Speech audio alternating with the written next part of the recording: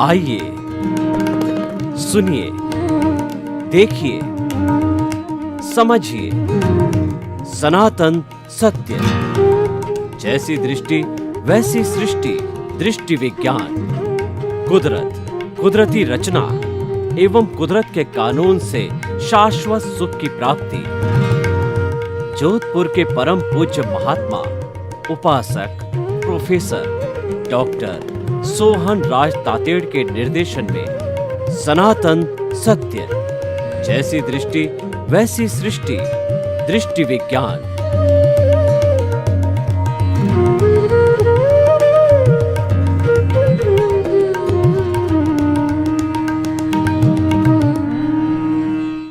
भाई और बहनों, मातृशक्ति को नमन। आज का हमारा अति उत्तम विषय सकाम निर्जरा अकाम निर्जरा। निर्जरा किसे कहते हैं? निर्जरा का अर्थ होता है झरण होना, अलग होना, detachment of the karma from the soul और फ्रॉम द कॉजल बॉडी और फ्रॉम द कार्मिक बॉडी। हमारी आत्मा के साथ जो अज्ञान जुड़ा हुआ रहता है, कई लोग इसको अज्ञान कहते हैं, कई कॉजल बॉडी कहते हैं और कई कार्मण शरीर कहते हैं, लिंग शरीर कहते हैं। अलग अलग धर्म दर्शनों ने अलग अलग नाम दिए हैं, लेकिन सबका भावार्थ एक ही है। वो कर्मों का चिट्ठा होता है।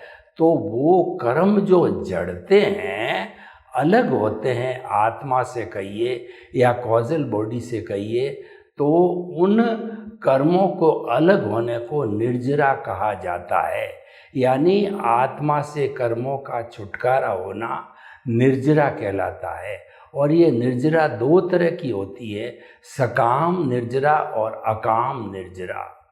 अकाम निर्जरा तो जब कभी भी हम कोई कष्ट सहन करते हैं, जैसे पेड़ है, पौधे है, पशु है, पक्षी है, तो ये सर्दी, गर्मी, बरसात को और जो लूएं चलती है और तेज चक्रवात चलते हैं, इन सब को सहन करते हैं, क्योंकि उनके घर नहीं रहते हैं, वो तो खुले आकाश के अंदर रहते हैं।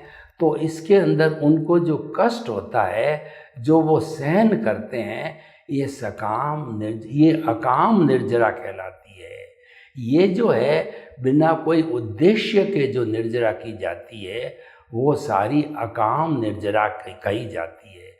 और उद्देश्य के साथ के अंदर हम जो निर्जरा करते हैं, वह सकाम निर्जरा कहलाती है।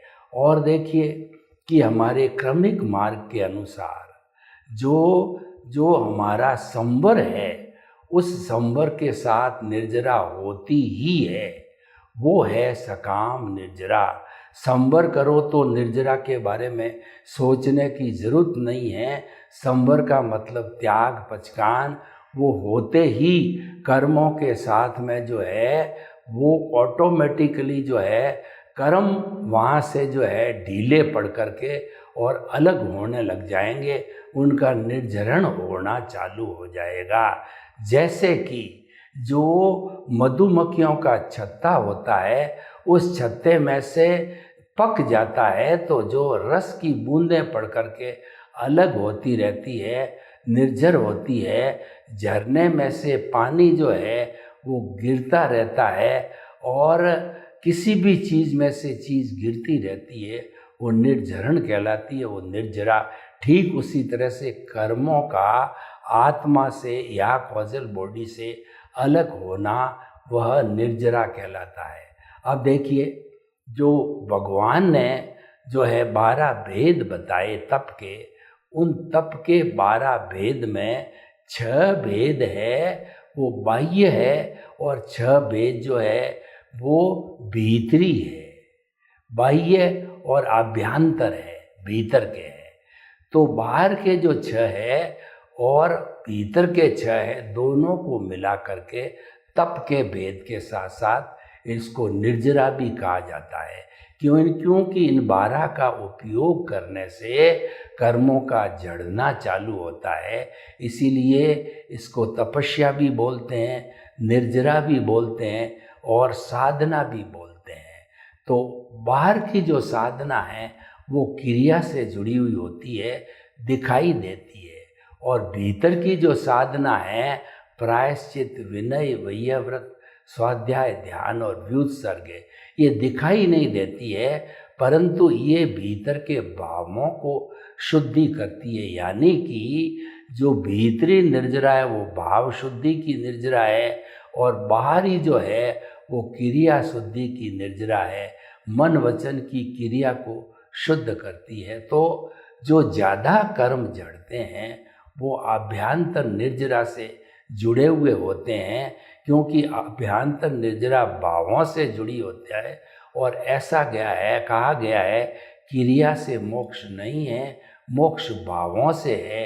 यानी भीतर से आप कितने बदलते हो और आप आत्मा के कितने करीब रहते हो, उससे ज़्यादा मुक्ति का संबंध है। क्योंकि मुक्ति में जो जाने वाला है वो आत्म तत्व है, शरीर तत्व नहीं है। शरीर तो जड़ है और आत्मा चेतन स्वरूप है। इसीलिए जो है वो आत्मा के 3 भेद बताए गए हैं। पहला तो मूल स्वरूप की द्रव्य आत्मा है, जो शुद्ध आत्मा है, वो प्योर अवस्था के अंदर है और मुक्ति में जाने वाली है। जब भी वो अज्ञान से अलग हो जाएगी, अज्ञान का पूरा निर्जरा हो जाएगी, तब वो संपूर्ण निर्जरा कहलाती है। तब वो आत्मा जो है सिद्ध, बुद्ध और मुक्त बन जाती है। लेकिन उसकी क्वालिटी जो है वह मुक्त अवस्था की ही क्वालिटी है। और दूसरी जो आत्मा होती है वो प्रतिष्ठित आत्मा होती है। वो सारी आत्मा जो है वो पुरुषार्थ करती है। चाहे जो है मन वचन काया का पुरुषार्थ करो, चाहे भावों का पुरुषार्थ करो, भाव उसी में गिरते हैं। और मन वचन काया जो चलता है उदय प्रारब्ध के अधीन, उसकी मैकेनिकल मोड की जो आत्मा होती है, जिसको डिस्चार्ज बोलते हैं, वह भी जो है हमारी प्रतिष्ठित आत्मा से जुड़ी हुई है। जो डिस्चार्ज आत्मा है वह रिलेटिव पुरुषार्थ है, और उसके साथ साथ के अंदर आत्मा से जो संबंध होता है वो सारा रियल पुरुषार्थ है। क्योंकि आत्मा केंद्र में होती है तो वो रियल होती है, क्योंकि वो सनातन सत्य से जुड़ी हुई है। सनातन सत्य है, वह यूनिवर्सल ट्रुथ है, सार्वभौम सत्य है, और वह कुदरत का कानून है, और वो इस ब्रह्मांड की अल्टीमेट रियलिटी है। और वह सिद्धांत के ऊपर आधारित होने से वो परिवर्तित नहीं होता है। अवस्था रूप के अंदर वो हमेशा परमानेंट होता है। और जो है हमारा उस आत्मा से जो हम संबंध करते हैं वो सारा संबंध रियल पुरुषार्थ होता है, दृष्टि विज्ञान होता है, आर्ट ऑफ द विजन होता है। क्योंकि आत्मा का स्पर्श का मूल आत्मा की बात कर रहे हैं, शुद्ध आत्मा की। अभी हम बने नहीं हैं, अभी हम परमात्मा बने नहीं हैं, पर हमारा लक्ष्य परमात्मा बनने का है। और ये लक्ष्य केवल मनुष्य ही बना सकता है और इसको पा सकता है। यानी कोई भी मुक्ति को जाएगा तो मनुष्य योनि से ही जाएगा। अभी जिस भरत क्षेत्र में हम जी रहे हैं वहाँ पर मुक्ति खुली नहीं है, वहाँ से व्यक्ति अभी मुक्त नहीं हो सकता। लेकिन जहाँ सिमंदर स्वामी इत्यादि जो तीर्थंकर विराज रहे हैं, और हमारे भरत क्षेत्र का जो है वो सारी कृपा कराने वाले सिमंदर स्वामी तीर्थंकर भगवान हैं, तो वहाँ पे कोई जन्म लेकर के और अपनी भक्ति करके और वह सिद्ध बुद्ध मुक्त हो सकता है। क्योंकि वहाँ पर मोक्ष खुला है, भरत क्षेत्र के अंदर मोक्ष नहीं खुला हुआ है। तो भाई और बहनों, ये जो हम तप करते हैं इससे निर्जरा होती है। और जो आंतरिक तप है वह दृष्टि विज्ञान से जुड़ा हुआ है। दृष्टि विज्ञान में सम्यक ज्ञान, सम्यक दर्शन होता है। उसकी एप्लीकेशन करके और हम मन वचन काया रूपी जितना ये अज्ञान है, रिलेटिव पुरुषार्थ है, उसको इरेज करते रहते हैं। जब अज्ञान धीरे धीरे संपूर्ण रूप से इरेज हो जाएगा, इस इरेज को निर्जरा कहा जाता है। अज्ञान का मिटना है वो निर्जरा कहलाती है, कर्म का जड़ना है वो निर्जरा कहलाती है। दोनों का अर्थ एक ही है, डिसोसिएशन ऑफ कर्मा कहलाता है। तो भाइयों और बहनों, हम आपको बताना चाहते हैं कि जो है ये निर्जरा जो है ये मुक्ति का मार्ग है और ये मुक्ति में ले जाने वाला है। लेकिन जो संवर है वह साधना है और निर्जरा उसकी निष्पत्ति है। संवर को क्रमिक मार्ग के अंदर जो है वह त्याग पचकान को कहा गया है और अक्रम मार्ग के अंदर सम्यक ज्ञान दर्शन की एप्लीकेशन करना संवर कहलाता है और कुदरती रचना देखना संवर कहलाता है। रियल पुरुषार्थ को संवर कहते हैं। दोनों की अपनी अपनी परिभाषा है, लेकिन संवर हमें मुक्ति की ओर ले जाता और इसके साथ में निर्जरा जुड़ी हुई है ही, यानी जो है अज्ञान का इरेज होना संवर के साथ जुड़ा हुआ ही रहता है। इसीलिए हमें जीवन के अंदर संवर को हमेशा प्रेफरेंस देना चाहिए। और अभ्यांतर तप है, प्रायश्चित का अर्थ होता है कि आलोचना, प्रतिक्रमण और प्रत्याख्यान कहा जाता है। यानी कि आपने जो है जो पाप किए हैं और अज्ञान खड़ा किया है। देखिए, पाप की निवृत्ति का अर्थ यही है अज्ञान को मिटाना। उस अज्ञान को स्वीकार करना जो है वो आलोचना कहलाती है। वो मिथ्या ज्ञान, मिथ्या दर्शन और मोहनीय कर्म है और उनका जो है आलोचना करना वह जो है वह उसके द्वारा ही वह अज्ञान मिटता है। और प्रतिक्रमण करना यानी या तो कुदरत से जो है आप क्षमा याचना मांगो कि मैंने आपके कानून को तोड़ा है, या व्यक्ति विशेष से जो है आपने किसी को कष्ट पहुंचाया है उससे जो है क्षमा मांगो और वह आपको क्षमा करेगा तो वह कार्य डिलीट हो जाएगा आपकी कॉजल बॉडी में से। और प्रत्याख्यान का अर्थ होता है कि आप जो है वह आगे जो है कोई गलती न करोगे, यह आप जो है संकल्प लो, यानी कुदरत का कानून नहीं तोड़ोगे, यह संकल्प लो। तो जो मुख्य बात संवर है उस संवर को मध्यगत रखते हैं। तो संवर का अर्थ होता है कुदरती रचना देखना। कुदरत जो है ये 6 द्रव्यों से बनी हुई होती है, चेतन, अचेतन, गति सहायक, स्थिति सहायक, समय और आकाश। इन 6 को कहते हैं लोक, संसार, ब्रह्मांड और जो है कहना चाहिए जगत, दुनिया, वर्ल्ड, कुछ भी को जहाँ जीवन है। ब्रह्मांड बड़ा भी हो सकता है, लेकिन जिसमें जीवन है हम उस ब्रह्मांड की बात करते हैं और वह केवल पृथ्वी पर भी है। तो इस कुदरत जो है ये चलती है किसी कानून से। हमें अगर मुक्ति को जाना है और सरलता, सुगमता से जाना है तो हमें जो है कुदरत के कानून को समझना चाहिए। कुदरत का कानून बहुत स्पष्ट है। जो 6 द्रव्यों की हमने बात कही वो कुदरत है। उसका कानून क्या है कि 2 तरह का कानून है। एक तो प्राकृतिक कानून है, उस प्राकृतिक कानून के अनुसार जो है इस ब्रह्मांड के अंदर सूर्य समय पर उगता है, समय पर अस्त होता है, समय पर रात आती है, समय पर ऋतुएं आती है, सर्दी, गर्मी, बरसात, पतझड़, बसंत आदि। और जो है जो सारे काम समय पर होते हैं, इसको प्राकृतिक कानून कहते हैं। एक जो है हमारी कुदरत के अंदर 84 लाख जीवा योनि बर्थ प्लेसेस के असंख्य अनंत जो प्राणी जो है वो जीवन यापन करते हैं, उनका सारा संचालन करने वाला जो है वह भी कुदरती है, वह कुदरत के अधीन है। यानी हमारा मन, वचन, काया तथा उससे जुड़ी हुई हर अवस्था मात्र कुदरती रचना है। वह व्यवस्थित है, साइंटिफिक सर्कमस्टेंशियल एविडेंसेज है, वह नियत है, वह प्रीडेस्टिन्ड है, और वह अवस्था से जुड़ी होने के कारण जो है वो जड़ और विनाशी है।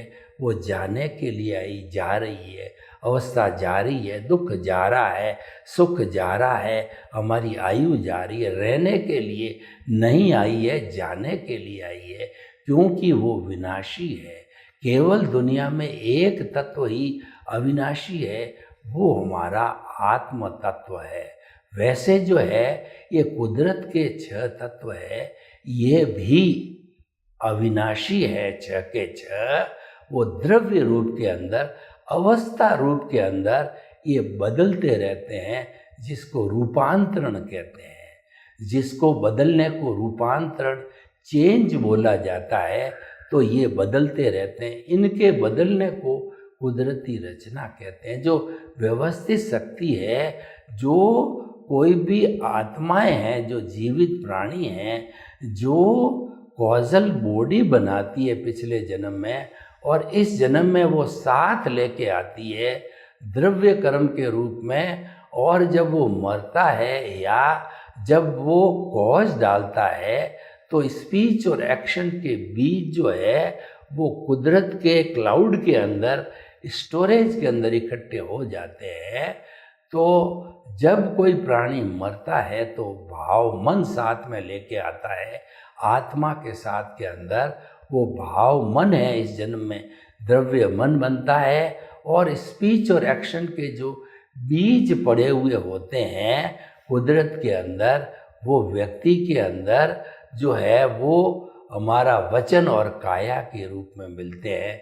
तो ये मन, वचन, काया पूरा जो है एक जो है कहना चाहिए कि ये जो है हमारा जो राइज है और हमारा उदय और प्रारब्ध है, उसी के अनुरूप सारा जीवन चलता है। तो भाई और बहनों, निर्जरा, सकाम और अकाम जितनी भी संवर के साथ होती है, सकाम निर्जरा होती है, वो बहुत उपयोगी है। वो हमको शाश्वत सुख दिखाने वाली है। तो उसके करने के लिए जो भीतर के 6 जो है वो तप बताए गए। एक तो प्रायश्चित की तो हमने व्याख्या की, और विनय, विनय का अर्थ है कि समस्त प्राणियों के भीतर जो है वो शुद्ध आत्मा के दर्शन करना, आत्म तुलावत बनना।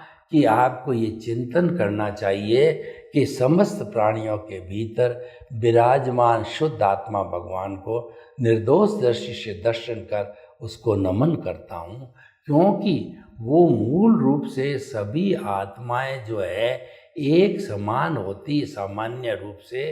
विशेष रूप से जो है उसके अंदर भेद आता है। हर एक के कर्म अलग अलग होने से जो है कोई बड़ा होता है, कोई छोटा होता है, कोई अमीर होता है, कोई गरीब होता है, और कोई बीमार होता है, कोई स्वस्थ होता है, कोई धनवान होता है, कोई गरीब होता है, इत्यादि इत्यादि। कोई पुण्य करके आता है, कोई पाप करके आता है, इत्यादि इत्यादि। भाई और बहनों, प्रायश्चित विनय, आत्मतुलावत व्यवहार करना विनय है।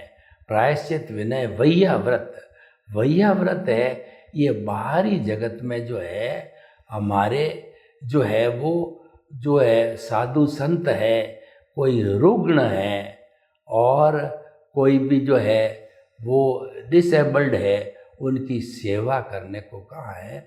और यहाँ वैयाव्रत को ये है कि आपको आत्मा के इर्द गिर्द रहना, आपको आत्मा की सेवा के अंदर रहना, आत्मा से बात करना, आत्मा को रिझाना, आत्मा को मुक्त करने की जो है योजना बनाना। यानी आप और आत्मा मिलकर के वार्तालाप करके और आत्मा को सिद्ध बुद्ध मुक्त बनाओ, ये वैयाव्रत है। प्रायश्चित विनय वैयाव्रत। स्वाध्याय का अर्थ होता है खुद का अध्ययन करना, यानी आत्मा का अध्ययन करना कि मैं शुद्ध आत्मा हूँ, शुद्ध आत्मा, और मुझे मुक्त किससे होना है? मन वचन काया से मुक्त, ऐसा मैं शुद्ध आत्मा हूँ। मन वचन काया प्रकृति है और शुद्ध आत्मा पुरुष है। प्रकृति पुरुष को अलग रखना है, ये सबसे बड़ी साधना है। ये दोनों मिल जाते हैं, तन्मयाकार होते हैं, तब अज्ञान पैदा होता है, और नहीं मिलते हैं तो ये विज्ञान है। दोनों का आपस के अंदर नहीं मिलना विज्ञान और मिलना अज्ञान, जो कि हमको भव भवांतर में घुमाता है। और अलग अलग रहेंगे तो नए कॉज नहीं पड़ेंगे, और नए कॉज नहीं पड़ने से जो पिछले जन्म का जितना डिस्चार्ज है वो बर्फ़ की शिला पिघल करके समाप्त हो जाएगा। नया कॉज नहीं पड़ा तो आने वाले कुछ ही जन्मों में आपकी शीघ्र जो है मुक्ति हो जाएगी, आप शाश्वत सुख को प्राप्त कर सकते हैं। प्रायश्चित, विनय, वैयाव्रत, स्वाध्याय, ध्यान। ध्यान जो है निरालंबन ध्यान करना है। आत्मा का जो है हमको ध्यान करना चाहिए। जो हमारा ये दर्शन केंद्र है, जो आत्मा के भीतर जाने का केंद्र है, यहाँ पर हमको प्रभु का ध्यान करना चाहिए कि प्रभु यहाँ केंद्र में विराजमान है। और ललाट पे भी मान सकते हैं, ललाट हमारा केंद्र है या प्रभु विराजमान है। तो जैसे मंदिर में जाकर के हम ध्यान करते हैं, तो भीतरी जगत के अंदर प्रभु के सानिध्य में जाकर के हम एक ही प्रभु के ऊपर ध्यान टिका करके और हम इसको ध्यान करें, तो ये प्रायश्चित, विनय, वैयाव्रत और ध्यान और व्युत्सर्ग का अर्थ ये होता है कि सारा अज्ञान जब समाप्त हो जाता है, इरेज हो जाता है, तब व्यक्ति को केवल ज्ञान की प्राप्ति होती। संपूर्ण अज्ञान यानी प्रतिष्ठित आत्मा समाप्त हो गई। डिस्चार्ज आत्मा तो समाप्त हो ही जाती है तब तक जब तक कि प्रतिष्ठित आत्मा समाप्त होने वाली होती है। मन समाप्त हो जाता है और ऐसी स्थिति के अंदर व्युत्सर्ग होकर के और व्यक्ति बहुत जल्दी ही सिद्ध, बुद्ध और मुक्त बन जाता है। तो हम आपको क्या बताना चाहते हैं कि सकाम निर्जरा का लक्ष्य रखो और संवर का लक्ष्य रखो। और संवर जो है, जब हमारे को परमानेंट संवर की यानी कि जो क्षायिक संवर की स्थिति आती है, तब हमारा भीतर जो प्रज्ञा जागृत है वो हमेशा एक्टिव रहता है और हमको हमारा जो भुगतान है यानी कि हमारा उदय प्रारब्ध है उससे हमको मुक्त रखती है। और मुक्त रखने से, एकाग्र होने से और संवर की उपस्थिति होने से बहुत जल्दी ही हमारी जागृति जो है वह धीरे धीरे 100% पर चली जाती है। और 100% जागृति रहती है तब जो है हमारा अनुभव है यानी आत्मा का स्पर्श के बाद वो आत्मानुभव बढ़ता है, अनुभूति बढ़ती है। वो बढ़ते बढ़ते 360 डिग्री तक चली जाती है और 360 डिग्री पर जाने के बाद में केवल दर्शन की प्राप्ति होती है। ये हमारे रियल पुरुषार्थ की अंतिम सीमा है। केवल दर्शन प्राप्त होने के बाद के अंदर कोई पुरुषार्थ की आवश्यकता नहीं है और वो परिणाम स्वरूप उसका नेक्स्ट बर्थ जो है वह परिणाम स्वरूप जो है मिलेगा। उसमें जीव केवली बन करके और वो आयुष्य को संपन्न करके सिद्ध, बुद्ध और मुक्त बनता है। तो भाई और बहनों, सकाम निर्जरा हमारे लिए बहुत काम की है। अकाम निर्जरा ऑटोमेटिक सहनशीलता के द्वारा जो है समाप्त होती है, लेकिन उससे जो है हमारा शाश्वत सुख की प्राप्ति नहीं होती है क्योंकि वह क्षणिक प्रोसेस है, धीरे धीरे का प्रोसेस है। लेकिन संवर पूर्वक जो हम निर्जरा करते हैं वह संवर पूर्वक निर्जरा में नए जो है कर्म नहीं पड़ते, बंध पूर्वक निर्जरा में नए कर्म पड़ते हैं। जब हम मन, वचन, काया तथा उससे जुड़ी हुई हर अवस्था मात्र के साथ में काम करते हैं तो काम करने पर वो हमारी जो है वो कहना चाहिए बंद पूर्वक निर्जरा होती है, जो कि हमको निर्जरा के साथ साथ में पुण्य भी देती है। सर्वे भवन्तु सुखिनः, सर्वे सन्तु निरामया। लोग के जीवों को सुख मिले, शांति मिले, आनंद मिले, प्रेम मिले, सौहार्द मिले और हम सभी शाश्वत सुख को प्राप्त करें। आपके प्रति मंगल भाव। ओम शांति।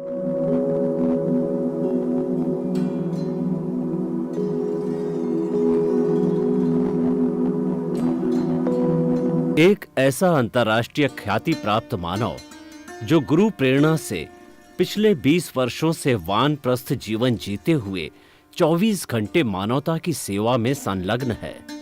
एक ऐसा मानव जो अभी राष्ट्रीय, अंतर्राष्ट्रीय टीवी चैनलों पर 7,500 एपिसोड के माध्यम से सनातन सत्य, आत्मविज्ञान एवं पुनरुत्थान व्यवहार एवं निश्चय जगत के जीवनोपयोगी विषयों पर हृदय स्पर्शी प्रवचन कर चुका है। उस मानव का नाम है महात्मा उपासक प्रोफेसर डॉक्टर सोहन राज तातेड़।